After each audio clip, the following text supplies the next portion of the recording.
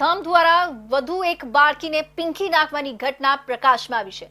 4.5 વર્ષની નાની બાળકીનું અપહરણ થયું હોવાની ઘટના બાદ પોલીસે તાત્કાલિક કાર્યવાહી કરી બાળકીને શોધી કાઢી હતી। બાળકી લોહી લુહાણ હાલતમાં મળતા પોલીસ દ્વારા તેને સારવાર માટે હોસ્પિટલ ખસેડવામાં આવી હતી, જ્યાં બાળકી સાથે દુષ્કર્મ થયું હોવાની જાણ પોલીસને થતા પોલીસે બાળકીનું અપહરણ કરનાર અને તેની સાથે દુષ્કર્મ આચરનાર નરાધમની શોધખોળ કરવામાં આવી હતી।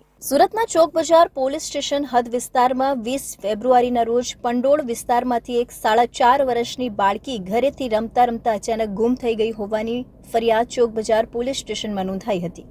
ત્યારે સમગ્ર મામલે તાત્કાલિક અસરથી ચોક બજાર પોલીસ દ્વારા ગુનો દાખલ કરવામાં આવ્યો હતો અને બાળકીની શોધખોળ પોલીસ દ્વારા હાથ ધરવામાં આવી હતી।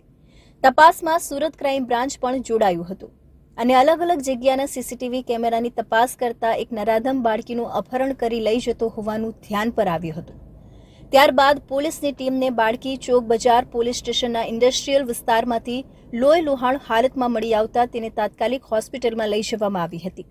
ચોક બજાર પોલીસ અને ક્રાઇમ બ્રાન્ચની ટીમ દ્વારા સીસીટીવી ફૂટેજના આધારે બાળકી સાથે દુષ્કર્મ કરનારા અંકિત ઓમપ્રકાશ ગૌતમ નામના નરાધમની ધરપકડ કરી વધુ તપાસ હાથ ધરવામાં આવી છે।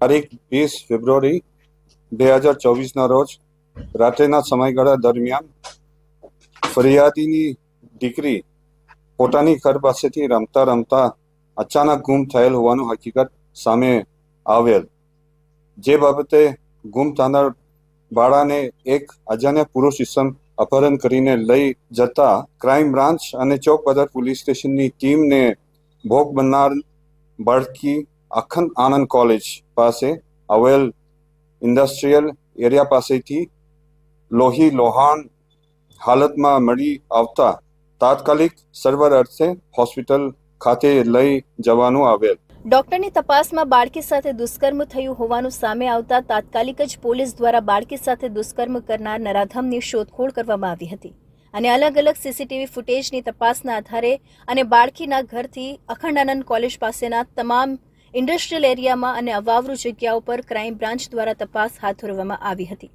અને તપાસ દરમિયાન બાળકીના કપડાં મળી આવ્યા હતા। ત્યારબાદ પોલીસે બાતમીના આધારે બાળકી સાથે દુષ્કર્મ કરનાર નરાધમ અંકિત ઓમપ્રકાશ ગૌતમની ધરપકડ કરી હતી।